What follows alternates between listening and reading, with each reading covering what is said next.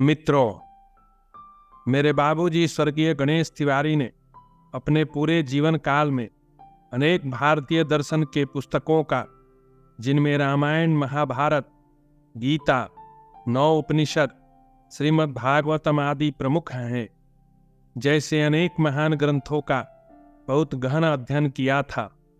बाबूजी ने भारतीय धार्मिक ग्रंथों के सार को बहुत ठीक से समझा था। जब कभी जीवन में संकट का समय आता, उस समय बाबूजी की दृष्टि भारतीय दर्शन पर पड़ती। वे उसी को आधार बना समस्या का ठीक ठीक समाधान करते थे। बाबूजी के जीवन का एक सिद्धांत था, और वह था सुख हर सही, जड़ दुख बिल खाही, दो सम धीर धरहि मन माही। मूर्ख लोग सुख में हर्षित होते हैं और दुख में रोते हैं, पर धीर पुरुष अपने मन में दोनों को समान समझते हैं। जो धीर पुरुष होते हैं, वे दोनों ही स्थिति में समभाव में रहते हैं। गीता में भी भगवान कृष्ण ने कहा है, योगस्थः कुरु कर्माणि संगम त्यक्त्वा धनंजय, सिद्धये सिद्धये समो भूत्वा समत्वम योग उच्यते। हे धनंजय, तू आसक्ति का त्याग करके सिद्धि असिद्धि में सम होकर योग में स्थित हुआ कर्मों को कर, क्योंकि समत्व ही योग कहा जाता है। मेरे बाबूजी ज्ञान के भंडार थे, वह मैंने बचपन से देखा और जाना है।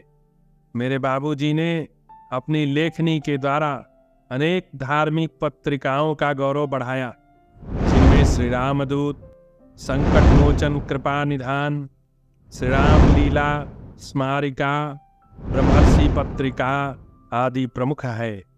इन पत्रिकाओं में उन्होंने अनेक बार अपनी लेखनी का जादू चलाया और भारतीय दर्शन को यथार्थ रूप से प्रस्तुत किया। यहाँ मैं बाबूजी के द्वारा लिखे गए और नामचीन पत्रिकाओं में प्रकाशित कुछ एक लेखों को प्रस्तुत करने जा रहा हूँ। उम्मीद है तन इसे देखकर लाभान्वित होंगे। आज के लेख का नाम है सीता हरण के पीछे रावण का उद्देश्य। यह लेख संकट मोचन कृपा निधान पत्रिका, जो प्रयाग से प्रकाशित है, नवंबर 1996 विशेषांक के अंतर्गत पृष्ठ संख्या 35 से 39 से लिया गया है। मित्रों, वाणी मेरी है, परंतु शब्द बाबूजी के हैं। तो प्रस्तुत है सीता हरण के पीछे रावण का उद्देश्य।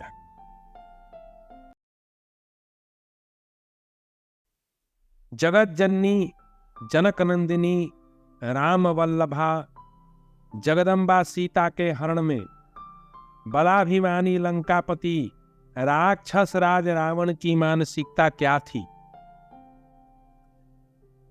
शूर्पणखा के मुख से सीता के अद्वितीय रूप माधुरी की प्रशंसा सुनकर क्या वह काम मोहित हो उठा था, अथवा उसका अभिप्राय कुछ और ही था? यह प्रसंग यद्यपि विवादास्पद नहीं है, तथापि प्रासंगिक सदग्रंथों के समुचित अध्ययन के अभाव के कारण कतिपय विद्वानों के बीच विवाद का विषय बना हुआ है। यत्र तत्र पत्र पत्रिकाओं में इस संदर्भ पर विवाद देखे जाते हैं। इसका निर्णय प्रासंगिक सदग्रंथों के आधार पर होना ही चाहिए। इस संदर्भ में राक्षस राज रावण के विशिष्ट व्यक्तित्व के विभिन्न आयामों पर विचार करना अप्रासंगिक नहीं होगा। राक्षस राज रावण का जन्म एक अत्यंत उच्च कुल में हुआ था। उसके मातृकुल और पितृकुल दोनों ही संपन्न थे। ब्रह्म तेज से उद्दीप्त विसर्वा मुनि का वह पुत्र और पुलत्सा ऋषि का पौत्र तथा ब्रह्मा का वह प्रपौत्र था। स्त्रियों में विदुषी महासुंदरी उसकी माता दैत्यराज माल्यवान की पुत्री थी। वर्तमान कल्प के सृष्टिकर्ता पितामह ब्रह्मा की तीसरी पीढ़ी में उसका प्रादुर्भाव हुआ था और त्रेता के उत्तरार्ध में वह दशरथ नंदन श्री राम द्वारा मारा गया था। जन्म से वह एक ही सिर एवं 2 भुजाओं वाला था, किंतु उसने अपनी दुरूह तपस्या से पितामह ब्रह्मा को प्रसन्न कर देव दानव यक्ष गंधर्व नाग आदि से न मरने का वरदान प्राप्त कर लिया था। भूत भावन मर्दन उमापति महेश्वर भगवान शिव की प्रसन्नता के लिए उसने अपनी उग्र तपस्या काल में वीरता पूर्वक वह क्लिष्ट कर्मा राक्षस राज 9 बार अपने सिर को काटकर अग्नि को अर्पित कर चुका था। उसके तपस्या से प्रसन्न होकर भगवान शिव ने उसे 10 सिर और 20 भुजाओं से संयुक्त कर दिया था। युद्ध के मुहाने पर रावण के वे अतिरिक्त सिर स्वतः उभर आते थे, जिसका युद्ध में वह समान रूप से प्रयोग करता था। राक्षस राज रावण बलशालियों में अन्यतम, शस्त्रधारियों में श्रेष्ठ, विद्वानों में अग्रगण्य, राजाओं में चिरायु था। श्लोकबद्ध रावणकृत शिव तांडव का पाठ आज भी किया जाता है। सूरवीरों में श्रेष्ठ राक्षस राज रावण अपने दुष्कर बाहुबल से इंद्र वरुण यम कुबेर और नागराज वासुकी आदि देवों को तो पराजित कर ही चुका था। प्रहलाद नंदन महादानी दैत्यराज बलि से युद्ध के निमित्त वह पातालपुरी में प्रवेश किया। दैत्यराज बलि के फाटक पर सदा विराजमान रहने वाले गदाधारी भगवान विष्णु से वह भिड़ गया। युद्ध भूमि में भगवान विष्णु के छक्के छुड़ाकर पक्षीराज नभगराज हरिवाहन विंतानंदन गरुड़ का भी मान मर्दन कर दिया था। उसने चिरकाल तक इस धराधाम का स्वच्छंदता पूर्वक उपभोग किया था। वह भय रहित था। अपने बड़े भाई धनाध्यक्ष कुबेर से बलपूर्वक उसने पुष्पक विमान छीन लिया था। उस पुष्पक विमान की गति समस्त लोकों में थी। वह राक्षस राज भूल गया था कि उसकी भी कभी मृत्यु हो सकेगी। महाबली राक्षस राज रावण की प्रशंसा करते हुए भगवान श्री राम ने स्वयं ही एक बार लक्ष्मण से कहा था, लक्ष्मण जाओ रावण से युद्ध करो, किंतु अपने छिद्रों पर दृष्टि रखकर रावण के छिद्रों का लाभ उठाना। स्मरण रहे, रावण यदि क्रुद्ध होकर युद्ध करने लगेगा तो तीनों लोकों के शूरवीर सम्मिलित होकर भी उसके दारुण वेग को सहन करने में समर्थ न हो सकेंगे। किंतु वही महाबली राक्षस राज रावण श्री लक्ष्मण द्वारा नाक कान रहित की जाने वाली शूर्पणखा के मुख से राम द्वारा विराध का वध, कबंध का उद्धार तथा घोड़े हाथी रथ सारथी और सेना समेत खरदूषण के वध की बात सुनकर व्याकुल हो उठा। उसकी सारी इंद्रियां क्षुब्ध हो उठी। उसकी चेतनता जाती रही। निर्विशेष दृष्टि से शूर्पणखा के विभत्स रूप को देखने लगा। राम नाम रूपी वज्र बाण मानो उसकी मस्तिष्क को बेधने लगा। कुछ क्षण के लिए वह विक्षिप्त सा हो गया और जब पुनः उसकी 5 इंद्रियां संयत हुई तो वह विचार करने लगा। खरदूषण जैसे अद्भुत बलवानों को किससे भय हो सकता था? मेरे रावण सोचता है, मेरे प्रभाव को कौन नहीं जानता। जल में रहने वाले, अंतरिक्ष में विचरण करने वाले तथा स्वर्ग में निवास करने वाले देव दानव यक्ष गंधर्व नाग खग और मनुष्यों में ऐसा कौन सूरवीर है जो मेरे सेवकों को आंख उठाकर भी देख सके। मनुष्य रूप में राम कौन है? यह प्रश्न बार बार उठकर उसके मस्तिष्क को मथने लगा था। इतनी लंबी आयु में वह कभी भी ऐसा सोच विचार में नहीं पड़ा था, किंतु आज लगा मानो सारी पृथ्वी चक्कर सी काट रही हो। उसने लंका के गगनचुंबी परकोटों को धाराशायी होते देखा। उसे लगा मानो सूर्य चंद्र तारे तथा संपूर्ण विश्व सभी विनाश की ओर बढ़ रहे हैं। इस चिंतन में उसने निश्चित रूप से अपना भी विनाश देखा। वह सहसा घबरा उठा। कुछ क्षण के बाद उसने अपने को संयत किया। सने सने उसकी चेतनता लौटी। तब पूर्व काल की कुछ घटनाएं उसके स्मृति पटल पर आने लगी। उसकी अंतरात्मा ने गंभीर घोष की, रावण, स्मरण करो, पितामह ब्रह्मा ने वर देते समय तुमसे क्या कहा था? हाँ, उन्होंने कहा था किसी को सर्वथा अमृत नहीं दिया जा सकता था। देवों, दानवों, राक्षस आदि के सिवा मनुष्यों से तो तुम्हें भय होगा ही। राम, क्या वही मनुष्य नहीं है जिनकी ओर पितामह ब्रह्मा ने संकेत किया था? हाँ, याद करो, अयोध्या नरेश अनरण्य ने भी तो तुम्हें अभिशप्त करते हुए कहा था, अरे कपटपूर्ण युद्ध करने वाले राक्षस धमरावण, इसी इक्ष्वाकु वंश में एक ऐसा पुरुष उत्पन्न होगा जो तुम्हें और तेरे समस्त कुल के विनाश का कारण बनेगा। और यह महान सुंदरी मैथिली सीता कौन है? तुझे अभिशप्त करते हुए तपस्विनी वेदवती ने भी तो कहा था कि तेरे विनाश का कारण वही होगी। धरती फाड़कर प्रकट होने वाली सीता वेदवती के सिवा कोई अन्य नहीं है। राक्षस राज की मोह तंद्रा अब भंग हुई। उसे अब दृढ़ निश्चय हो गया कि राम और सीता उसके काल बनकर ही दंडकारण्य में आ पहुंचे हैं। अब इस पृथ्वी का उद्धार होगा। राम उसे अवश्य मार डालेंगे। यदि नारायण स्वरूप राम द्वारा वह मारा जाएगा तो निश्चय ही वह जीवन मुक्त हो जाएगा। उसने सोचा, इस तामसी शरीर से तो भजन होने से रहा, अब राम से बैर साधने में ही मेरा और मेरे वंश का कल्याण होगा। राम से बैर ठानने का कौन सा मार्ग अपनाया जाए?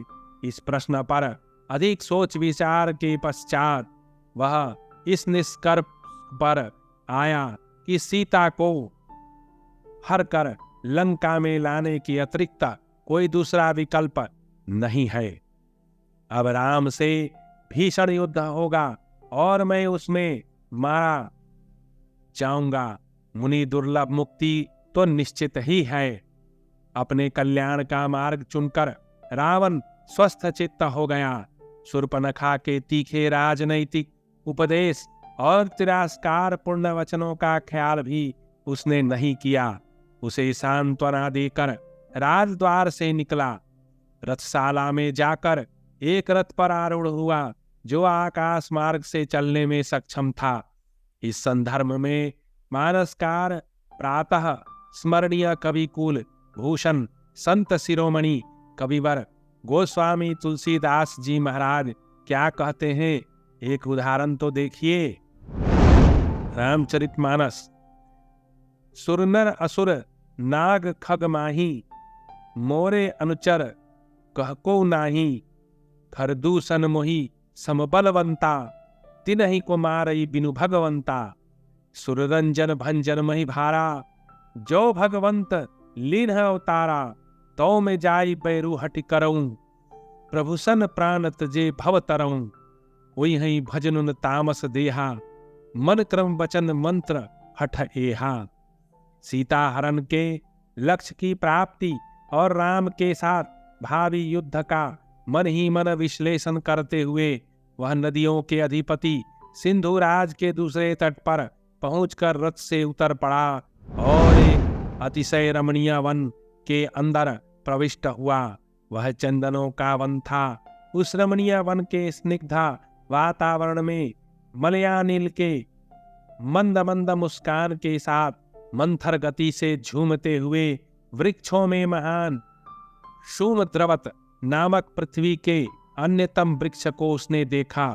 यह वही शुभ द्रवत वृक्ष था जिसकी एक विशालतम शाखा पर पक्षी सिंह गरुड़, पूर्व काल में एक विशालतम गजराज और महानतम कच्छपराज, जिनकी लंबाई चौड़ाई ऊंचाई का प्रमाण मीलों में था, को पकड़कर खाने के निमित्त जैसे ही बैठे थे कि वह शाखा उनके महान भार को न सह सकने के कारण चरमरा कर टूट गई थी। वह भग्न शाखा आज भी पूर्व काल की दारुण गाथा को याद दिला रही है। राक्षस राज ने मन ही मन उस महान शुभ्र द्रवत को प्रणाम किया। उस वन के अति रमणीय प्राकृतिक शोभा का अवलोकन करते हुए राक्षस राज रावण आगे बढ़ा। चंदन वन को मात देने वाली उस वनस्थली के पेड़ पौधे एवं वन वल्लरियां फूलों और फलों के भार से झुकने के कारण अंगड़ाइयां सी लेती प्रतीत हो रही थी। उस वनस्थली के भीतर प्रवेश कर उसने एक विस्मयकारी विचित्र एकांत आश्रम देखा। उस आश्रम में बाघांबर बिछाए, शरीर में कृष्ण मृग चर्म लपेटे, मस्तक पर जटाओं का समूह धारण किए हुए ध्यान मुद्रा में मारीच नामक राक्षस को उसने देखा। राक्षसों के विपरीत वह एक विस्मयकारी बात थी। रावण आश्चर्यचकित हो उठा। राक्षस राज की बोझिल पग ध्वनि की आहट पाकर मारीच आसन से उठ पड़ा और घबराहट की मुद्रा में राक्षस राज रावण की आगवानी की। फल फूल और अन्न जल आदि वस्तुओं को आगे रखकर उसने राक्षस राज का आतिथ्य और पूजन सत्कार करने के बाद कुशल खेम पूछा। मारीच की उस पूजा से संतुष्ट होकर रावण ने कहा, मारीच, मैं बहुत दुखी हूं। दुख के इस अवसर पर मैं एकमात्र तुमको ही अपना सच्चा सहायक मानता हूं। मेरी ही आज्ञा से दंडकारण्य के जनस्थान में मेरे ही समान बलवानों में श्रेष्ठ मेरे भाई खरदूषण त्रिशिरा और मेरी बहन शूर्पणखा 14,000 भयंकर कर्म करने वाले राक्षस निवास करते थे। राम नाम का कोई मनुष्य दंडकारण्य के पंचवटी नामक स्थान पर पदार्पण किया है। इसके साथ उसकी महासुंदरी पत्नी और छोटा भाई लक्ष्मण भी है। राम को उसके पिता ने भाई और पत्नी के साथ घर से निकाल दिया है। राम अन्यायी और क्रूर है। उस अल्पवीर्य अनार्य राम की आयु अब क्षीण हो चली है। उस लोभी राम ने राक्षसों के वध को अपना व्यापार सा बना लिया है। उसने भयंकर कर्म करने वाले विराट कबंध को तो मार ही डाला। उसके नटखट छोटे भाई ने शूर्पणखा के नाक कान काट दिए हैं। बहन को अपमानित किया। बलवानों में श्रेष्ठ खरदूषण और त्रिशिरा को सेना समेत यमराज का अतिथि बना डाला है। उस अधर्म कर्मा राम के आचरण से मैं मर्माहत हो चुका हूँ। भाइयों के वध और बहन के अपमान का बदला लेने के लिए मैं उसकी देवांगना के समान अद्वितीय सुंदरी पत्नी सीता का अपहरण करूंगा। तुम मेरी सहायता करो। मनमोहक और लुभावने अपने कांचन मृग रूप से तुम सीता में लोभ उत्पन्न करो। तुम्हारे पीछे राम जब आश्रम से दूर चले जाएंगे तो मैं सीता को हर कर लंका ले जाऊंगा। चलो हम इसी क्षण प्रस्थान करें। राक्षस राज रावण का अभिप्राय जानकर मारीच किंग कर्तव्य मूढ़ हो गया। कुछ क्षण पश्चात बोला, राक्षस राज, मैं राम को अच्छी तरह से जानता हूँ। राम ना तो तीखे स्वभाव वाले हैं, ना ही पिता ने उन्हें घर से निकाला है और ना वे अनार्य हैं। विपरीत इसके राम मर्यादित हैं, न्यायी और सभ्य हैं। विश्व के समस्त जीवों पर दया करने वाले धर्मपालक और सचेष्ट रहने वाले राम इंद्र से भी बढ़कर पराक्रमी हैं। कभी भी तीखे वचन मुंह से न निकालने वाले, स्वभाव से अत्यंत मृदुल चित्त वाले सत्य पराक्रमी हैं। गुणों के धाम हैं, उनको छेड़ने का अर्थ होगा सोते हुए महान विषधर सर्पराज को जगाना। राक्षस राज, तुम अपनी दूषित मानसिकता का परित्याग करो और घर लौटकर लंका में सदा विराजमान रहने वाली महाऐश्वर्य लक्ष्मी का सुखपूर्वक उपभोग करो। इसी में तुम्हारा समस्त राक्षस वंश का कल्याण है। मित्र रूप में तुम्हारे किस दुश्मन ने राम से बैर ठानने की मंत्रणा दी है? अतः बुद्धिमानी इसी में है, तुम वापस लौट जाओ। मारीच की राम विषयक इस छोटी सी व्याख्या से रावण जल उठा। उसके नेत्रों में क्रोधाग्नि की ज्वाला निकलने लगी। उसके दंत पीसने की कड़क से वह एकांत वनस्थली प्रकंपित हो उठी। म्यान से उसने अपनी तलवार खींचकर बोला, धृष्ट मारीच, क्या मैं तुम्हारा उपदेश सुनने आया हूं? या तो मेरा साथ दो या इसी क्षण यमराज का अतिथि बनो। ऐसा कह वह जैसे ही मारीच की ओर बढ़ा कि मारीच ने कहा, चलो चले। रथारूढ़ हो दोनों पंचवटी की ओर चल पड़े। एक चोर की तरह वह सशंकित था, लेकिन राम के हाथों मारे जाने से मुक्ति पाने की अभिलाषा से उत्साहित था। इसी बीच पंचवटी के एक निर्जन स्थान पर रथ उतरा। कुछ ही क्षणों में मारीच सोने के अद्भुत मृग के रूप में परिवर्तित हो गया और रावण किसी सघन झाड़ी में जा छिपा। अब वह विचित्र स्वर्णिम मृग कूदता फांदता श्री राम के पंचवटी आश्रम के पवित्र वाटिका में प्रविष्ट हुआ। उस समय राम लक्ष्मण दोनों बंधु तपशाला में थे और सीता पूजा हेतु फूल चुनने में व्यस्त थी। सहसा उनकी दृष्टि उस विचित्र कांचन मृग पर पड़ी। उस विचित्र मायामय कांचन मृग के लुभावने रूप से उनका चित्त डोल गया। वे बोली, आर्य, धनुष बाण लेकर दोनों भाई आइए, शीघ्र आइए। वाटिका में एक अति सुंदर कांचन मृग आया है, उसे जीवित या मृत पकड़िए। दोनों रघुवंशी वीर तपशाला से बाहर आए। विचित्र कांचन मृग को देखकर लक्ष्मण ने कहा, ऐसा कांचन मृग भूतल पर कहीं देखा न सुना है। यह तो छद्म रूप में मायावी दुरात्मा मारीच है, जिसने वन में आखेट पर आए अनेक नृपतियों को छल से मार खाया है। लक्ष्मण की युक्तियुक्त बातों पर ध्यान न देकर रघुवंशी वीर श्री राम धनुष बाण लेकर और तुनीर से युक्त होकर उस विचित्र कांचन मृग के पीछे दौड़ चले। देखिए, मार्मिक एवं हृदय स्पर्शी चित्रण गोस्वामी तुलसीदास जी महाराज का। प्रेम सो पीछे तिरछे प्रिया हीचते, चितुदय चलो चितुचोरे, श्याम शरीर पसेऊ लसे हुल से, तुलसी हाथी सो मन मोरे। लोचन लोल चले भ्रिकुटी कल काम, कमानी हूं से तृण तोरे, राजत राम कुरंग के संग, निसंग कैसे धनुष सरु जोरे। वह कांचन मृग लुकते छिपते राम को आश्रम से बहुत दूर ले गया। तब राम को क्रोध आया और एक सीधे जाने वाले साधारण बाण से के प्रभाव से ही उस सुनहले मृग को मार डाला। प्राण त्यागते समय वह अपने निज स्वरूप में परिवर्तित होकर मन ही मन तो राम नाम का स्मरण और राम रूप का ध्यान किया, किंतु प्रकट रूप से लक्ष्मण का नाम लेकर जोर से चित्कार किया, जिसे सुनकर सीता जी घबरा गईं और भाई के सहायतार्थ लक्ष्मण को आश्रम से शीघ्र जाने के लिए प्रेरित करने लगी। लक्ष्मण को इस बात से कि राम तो स्वयं संकटहारी हैं, उन पर किसी प्रकार का संकट आना असंभव है, सीता जी संतुष्ट नहीं हुई। सीता के वचन बाण से विचलित होकर लक्ष्मण को आश्रम छोड़कर जाना ही पड़ा। इस बीच रावण ने सन्यासी वेश में भिक्षार्थी रूप बनाकर तपशाला के द्वार पर उपस्थित हो भिक्षा की याचना की।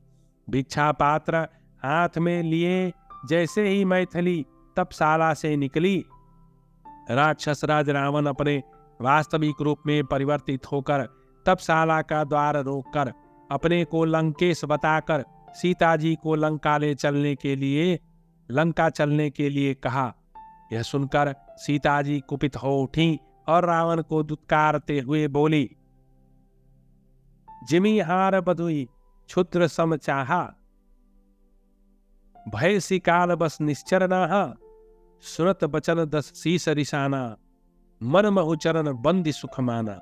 इस प्रकार रावण मन ही मन सीता को जगदम्बा स्वरूप मानकर बलपूर्वक उन्हें रथ पर बैठा लिया और लंका की ओर चल पड़ा। यहाँ एक गंभीर विचारणीय प्रश्न उठता है कि राक्षस राज रावण ने सीता को अपने राजमहल में न रखकर उनके पूर्वत वनवास जीवन में व्यवधान न डालते हुए उन्हें प्रमोद वन के अशोक वाटिका में क्यों रखा और उनकी सुरक्षा की कड़ी व्यवस्था क्यों की।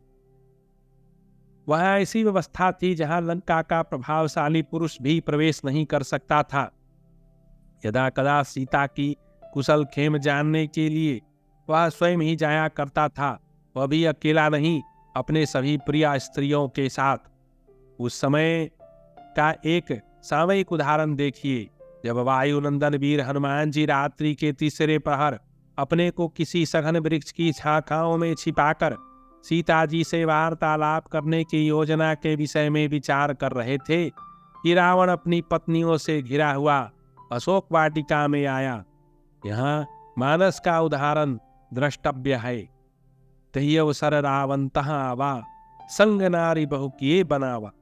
इस परिप्रेक्ष्य में तमिल विद्वान कंबन ने अपने कम रामायण में तो यहाँ तक लिखा है कि रावण ने सीता हरण में जानकी का स्पर्श तक भी नहीं किया, वरंच आश्रम समेत ही उन्हें लंका ले आया। उपयुक्त विवेचन से यह स्पष्ट होता है कि रावण ने सीता जी को जगदम्बा स्वरूप मानकर ही उनका अपहरण अपने कल्याण के लिए किया था।